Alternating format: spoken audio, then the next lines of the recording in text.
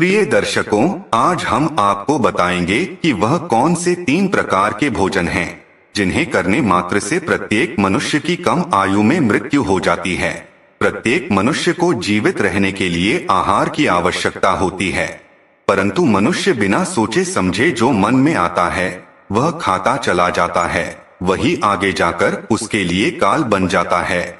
तो आज मैं आपको बताऊंगा कि भोजन करने का सही तरीका कौन सा है, भोजन करने की सही दिशा कौन सी है, हमें भोजन कब करना चाहिए तथा भोजन शुरू करने से पहले क्या बोलना चाहिए, और वह कौन से 3 प्रकार के भोजन हैं जिन्हें करने मात्र से ही मनुष्य की कम आयु में मृत्यु हो जाती है। तो इस प्रश्न का उत्तर मैं आपको एक कथा के माध्यम से देता हूँ। मित्रों, एक बार की बात है, देवर्षि नारद जी नारायण नारायण करते हुए बिना किसी कारण ही यमपुरी में पधारते हैं। यमपुरी में पधारने के बाद वह देखते हैं कि यमराज कुछ लोगों को स्वर्ग लोक तथा नरक लोक भेजने में व्यस्त है। उनमें से बहुत से लोग काफी कम उम्र के थे और बहुत से लोग वृद्धावस्था में थे। तब देवर्षि नारद जी ने सोचा कि इतनी कम उम्र में इन मनुष्यों की मृत्यु कैसे हो सकती है, जबकि कलयुग के प्रत्येक मनुष्य को 100 वर्ष की आयु निश्चित की गई है। यहाँ 15 से 20 वर्ष की आयु में ही सभी की मृत्यु हो जा रही है। तब देवर्षि नारद जी के मन में एक प्रश्न उठता है और वह सीधा यमराज जी के पास जाते हैं। तभी यमराज जी की नजर देवर्षि नारद जी पर पड़ती है। तो यमराज जी देवर्षि नारद जी का आदर सत्कार करते हैं और कहते हैं कि हे नारायण भक्त नारद जी, आज आप किस प्रयोजन से यमपुरी में पधारे हैं। तब देवर्षि नारद जी कहते हैं कि हे यमराज जी, मैं यहाँ आया तो बिना किसी कारण के ही था, परंतु यहाँ आने के बाद मेरे मन में अब एक प्रश्न तांडव कर रहा है। हे मृत्यु के देव, आपको तो भविष्यवाणी दी गई है, जिससे आपको पता होता है कि कौन से मनुष्य की मृत्यु कब होने वाली है और उस मनुष्य की मृत्यु के होने का कारण क्या है। मेरा प्रश्न बस यही है कि वह कौन से 3 प्रकार के भोजन है जिन्हें करने मात्र से प्रत्येक मनुष्य की कम आयु में ही मृत्यु हो जाती है। मनुष्य को किस प्रकार का भोजन करना चाहिए, किस प्रकार का भोजन मनुष्य की आयु बढ़ाने वाला होता है और किस प्रकार का भोजन मनुष्यों की आयु को कम करने वाला होता है, और भोजन को किस दिशा में मुंह करके करना चाहिए। भोजन करने से पूर्व कौन सा मंत्र बोलना चाहिए। कृपा करके आप मुझे इन सभी प्रश्नों के उत्तर देने का कष्ट करें। तब यमराज जी कहते हैं कि हे देवर्षि नारद जी, आपने आज समस्त मनुष्य जाति को एक बहुत ही महत्वपूर्ण ज्ञान देने के लिए हमसे यह प्रश्न किया है। यह प्रश्न प्रत्येक मनुष्य के लिए उतना ही महत्वपूर्ण है जितना कि जल में रहने वाली मछली के लिए जल। परंतु हे देवर्षि नारद जी, मैं आपको आपके इस प्रश्न का उत्तर एक अत्यंत महान कथा के माध्यम से दूंगा। अब देवर्षि नारद जी कहते हैं कि हे यमराज जी, आप उस कथा को कहिए, मैं आपके द्वारा कही गई कथा को पूरा अंत तक अवश्य सुनूंगा। तब यमराज जी कहते हैं कि मनुष्य जिस प्रकार का भोजन करता है उसी के अनुसार उसका भाग्य और उसका अगला जन्म निर्धारित होता है। चलो मैं आपको इस कथा के माध्यम से बताता हूँ। यह कथा त्रेता युग में महर्षि विश्वामित्र ने भगवान श्री राम को सुनाई थी, इसीलिए इस कथा का महत्व बहुत अधिक है। इस प्राचीन कथा के माध्यम से आपको आपके सभी प्रश्नों के उत्तर मिल जाएंगे। हे नारद जी, इसीलिए आप इस कथा को ध्यान से पूरा अवश्य सुनना और इस कथा का प्रचार प्रसार भी करना। जो भी मनुष्य इस कथा का श्रवण करता है उसको उसके समस्त पापों से मुक्ति मिल जाती है। तब यमराज कथा को सुनाना प्रारंभ करते हैं और कहते हैं कि हे देवर्षि नारद जी, यह बात त्रेता युग की है। विधुपुर के समीप एक बहुत बड़ा जंगल था। उस जंगल का आकार लगभग 100 योजन तक था, परंतु उस जंगल में ना कोई भी पशु और ना ही कोई पक्षी रहते थे। उस जंगल में केवल वृक्ष और पेड़ पौधों की ही भरमार थी। वह जंगल इतना घना था कि जिसमें मनुष्य तो दूर की बात है, उस जंगल की तरफ कोई पशु भी नहीं जाता था। परंतु उस जंगल के मध्य भाग में लगभग 4 कोस लंबी एक झील थी। और उसी झील में हंस, बतख तथा अन्य पशु पक्षी रहा करते थे। एक बार मुनि विश्वामित्र उस झील के पास से गुजर रहे थे, तब उनको बहुत ही सुंदर और विचित्र दृश्य दिखाई दिया, क्योंकि उस जंगल में ना कोई आता था और ना ही कोई जाता था, परंतु उसी झील के समीप एक बहुत बड़ा आश्रम था, जो देखने में बहुत पुराना हो गया था, लेकिन फिर भी उसके सुंदरता मन को मोह लेने वाली थी। वह आश्रम अत्यंत सुंदर और पवित्र दिखाई पड़ रहा था। उस आश्रम में ना कोई साधु संत तपस्या करते थे और ना ही उस आश्रम में शिष्यों को पाठ का ज्ञान दिया जाता था। वह आश्रम पूरी तरह से खाली था। अब विश्वामित्र मुनि ने सोचा कि यहाँ कोई संत महात्मा भी नहीं है, चलो आज हम यहाँ पर विश्राम कर लेते हैं। विश्वामित्र मुनि एक रात के लिए उस आश्रम में ठहर गए और सुबह उठकर वे जब उस झील के पास गए तो उन्होंने रास्ते में एक मुर्दे को देखा। अब विश्वामित्र मुनि सोच में पड़ गए कि इस जंगल में कोई आता जाता नहीं है, तो यह लाश कहाँ से आई। वह लाश जो पड़ी हुई थी वह शरीर से अत्यंत बलवान और हष्ट पुष्ट जान पड़ती थी, जिसे देखकर ऐसा प्रतीत होता था कि मानो वह किसी तरुण पुरुष की लाश हो। उस लाश को देखकर विश्वामित्र मुनि अपने अंतर्मन से कहने लगे कि यह पुरुष कौन है और इसकी मृत्यु कैसे हो गई, तथा यह पुरुष इस जंगल में आखिर कैसे आया होगा। अब उस मरे हुए आदमी के बारे में जानने के लिए विश्वामित्र मुनि चिंतित हो गए।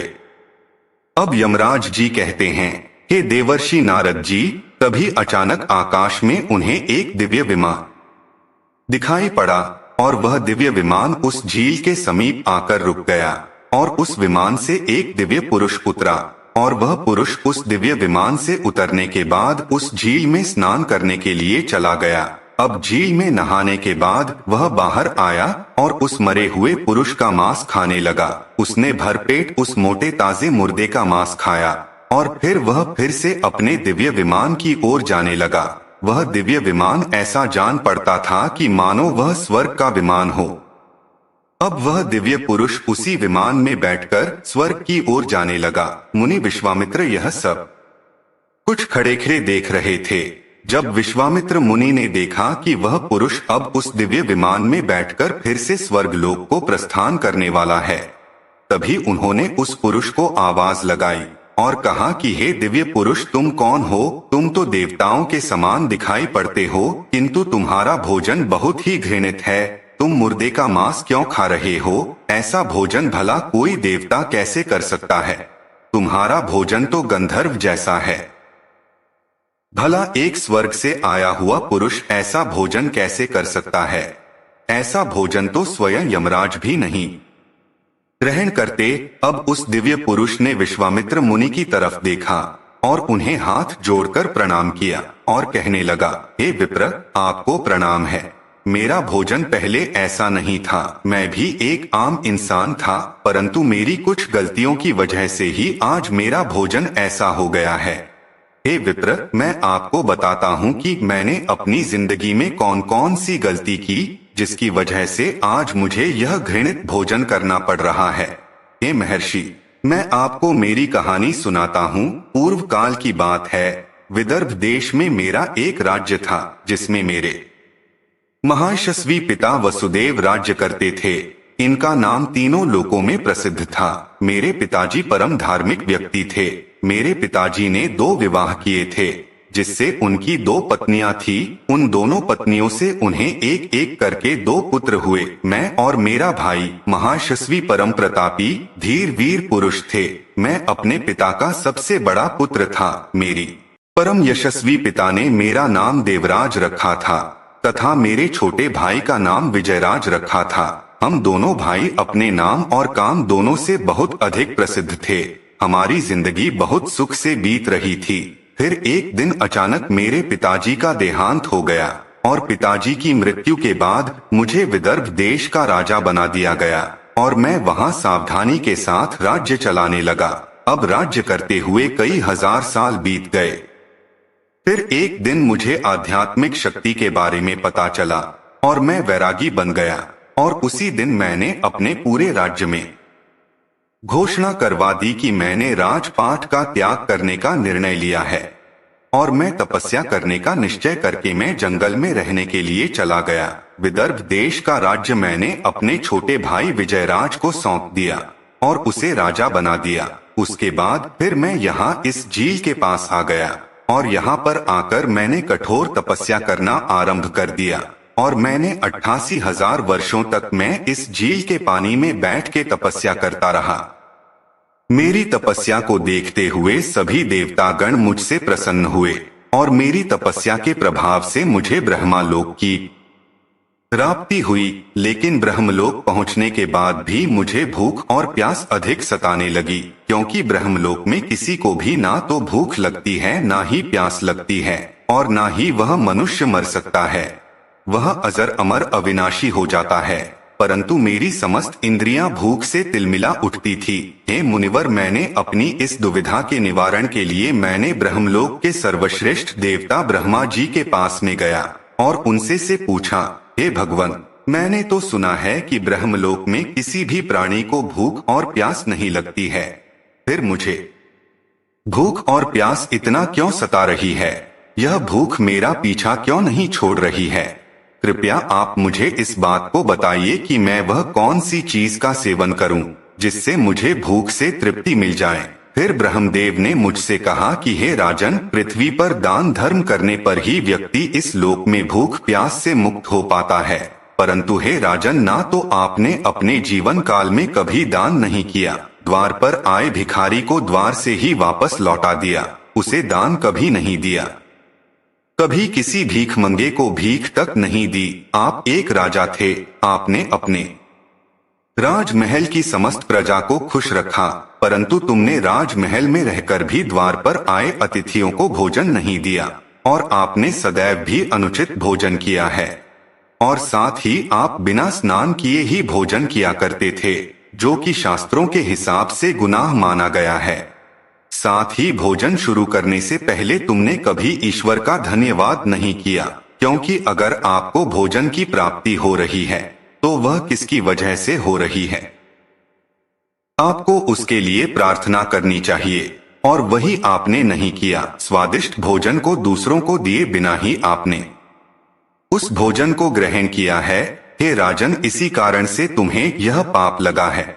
इसीलिए तुम्हें ब्रह्मलोक में रहते हुए भी भूख और प्यास का कष्ट उठाना पड़ रहा है। जब आप जीवित थे तब आपने जीवित रहते हुए अनेक प्रकार के आहार का अकेले ही सेवन किया है। अनेक प्रकार के पकवान तुमने अकेले ही खाए हैं, दूसरों को नहीं दिए हैं, जिससे तुम्हारा शरीर तो बलवान बन गया, किंतु तुम्हारा पुण्य क्षीण हो गया। और तुमने जो तपस्या की उसकी वजह से तुमको ब्रह्मलोक में स्थान तो प्राप्त हो गया, परंतु तुम्हारी भूख शांत नहीं हुई।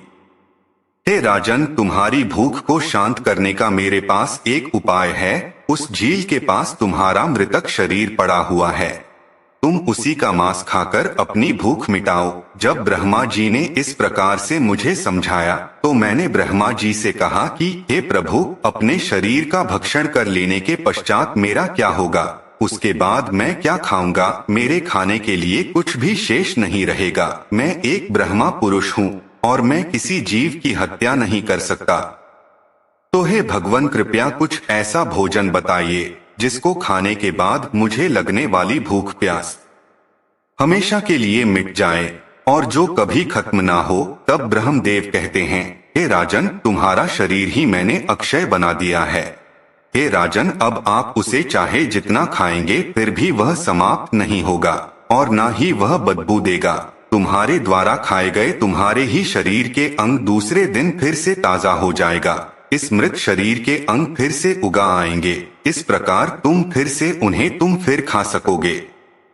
तुमको अपने ही शरीर का मांस खाते खाते जब तुमको 1-2 वर्ष बीत जाएंगे तो उसके बाद तुम्हारे इसी जंगल में एक दिन महर्षि विश्वामित्र पधारेंगे और उन्हीं के द्वारा तुम इस पाप से मुक्ति पा सकोगे। इस प्रकार से जब ब्रह्मा जी ने उस राजा को इसके पीछे का राज बताया तो अब उस दिव्य पुरुष ने सारी हकीकत महर्षि विश्वामित्र को बता दी और कहने लगे, हे विप्र, मेरा शरीर कभी नष्ट नहीं होता है और मैं रोज आकर अपने शरीर का कच्चा मांस खाता हूँ। यही मेरा आहार है। ना जाने कब मुनि विश्वामित्र यहाँ पर पधारेंगे।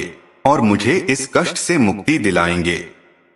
अभी तक मैंने यह सोचते सोचते लगभग 100 वर्ष बिता दिए हैं और मैं आज भी महर्षि विश्वामित्र की राह देख रहा हूँ। राजा देवराज का इस प्रकार से कथन सुनकर महर्षि विश्वामित्र बोले, हे राजन, कहो आपके सौभाग्य से मैं यहाँ पर आया हूँ। मैं ही मुनि विश्वामित्र हूँ। कहिए राजन, मैं तुम्हारी किस प्रकार से सहायता कर सकता हूँ। तब राजा देवराज अत्यंत प्रसन्न हुए और जमीन पर लेटकर विश्वामित्र के चरणों को वंदन करने लगे।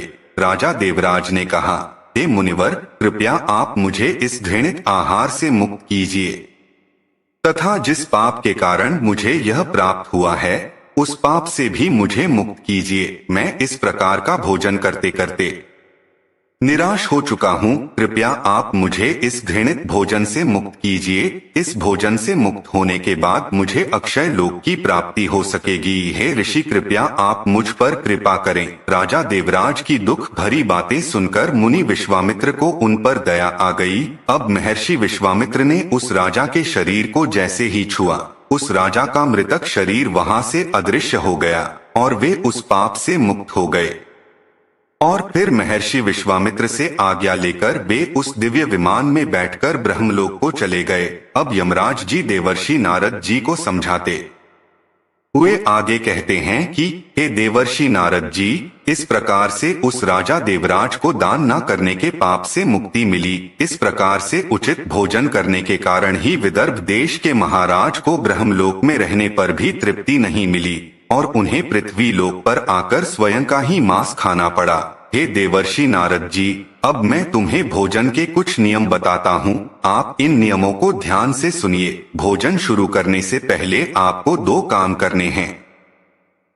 पहला काम आपको यह करना है कि आपको भगवान को धन्यवाद करना है, जिसकी वजह से आपको यह भोजन मिल रहा है। दूसरा काम आपको भोजन शुरू करने से पहले यह करना है कि थोड़ा सा अन्न भूमि पर रखना है, ताकि देवता, पशु, पक्षी, सर्प, दैत्य तथा प्रेत पिशाच जो अपने कर्म बंधन से बंधे हुए हैं, उन सभी को अन्न की प्राप्ति हो। यदि भोजन करते समय कोई अतिथि आ जाए तो उसका स्वागत करें और उसे आसन देकर प्रणाम करके उसका सत्कार करें। फिर उसे श्रद्धा पूर्वक भोजन कराकर विदा करें, क्योंकि जिसके घर से अतिथि निराश होकर लौट जाता है उसे वह अपने पाप देकर उसके शुभ कर्मों को ले जाता है।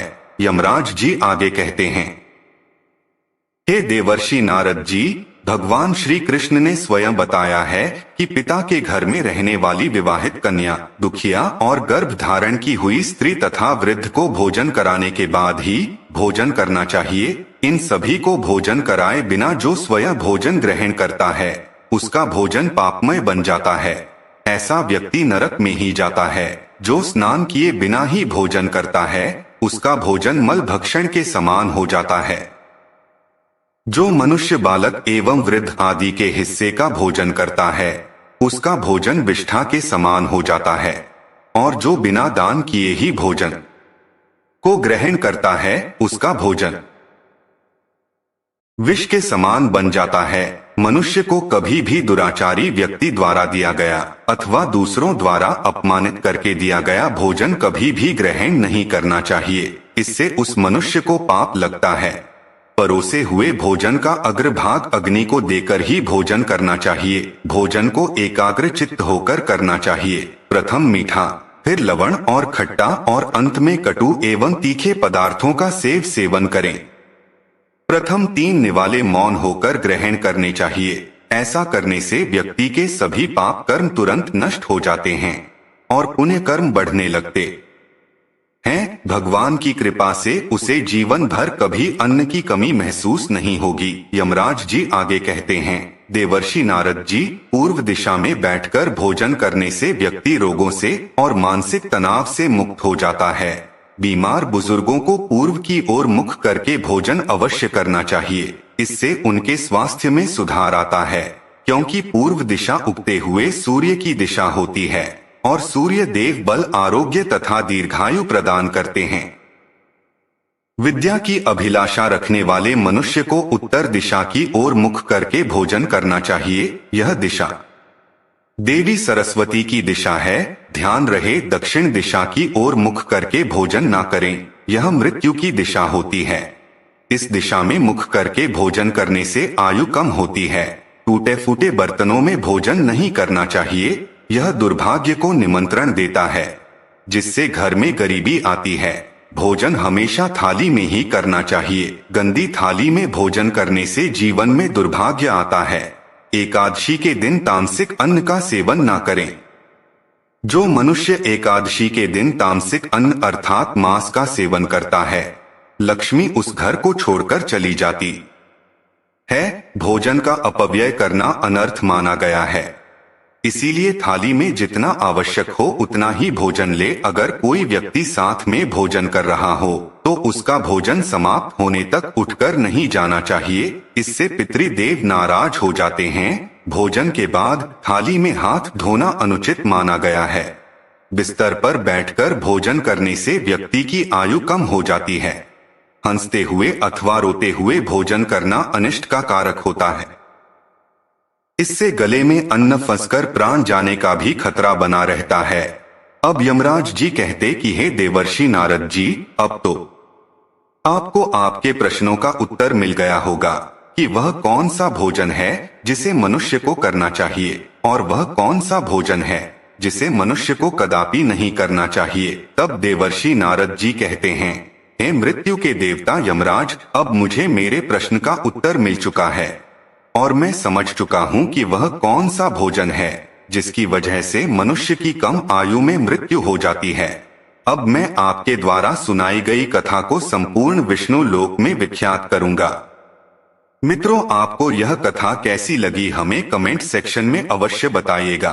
और इस वीडियो में आपको यह भी जानने को मिला है कि वह कौन कौन से भोजन है जिन्हें करने से मनुष्य को क्या क्या तकलीफ हो सकती है। आशा करता हूं कि आपको यह वीडियो पसंद आया होगा। वीडियो पसंद आया है तो वीडियो को एक लाइक जरूर कर देना और वीडियो में एक कमेंट अवश्य कर देना और ज्यादा से ज्यादा इस वीडियो को शेयर करना ताकि सभी को ऐसी जानकारी पता चल सके। मित्रों, वीडियो को यहाँ तक देखने के लिए आपका दिल से धन्यवाद।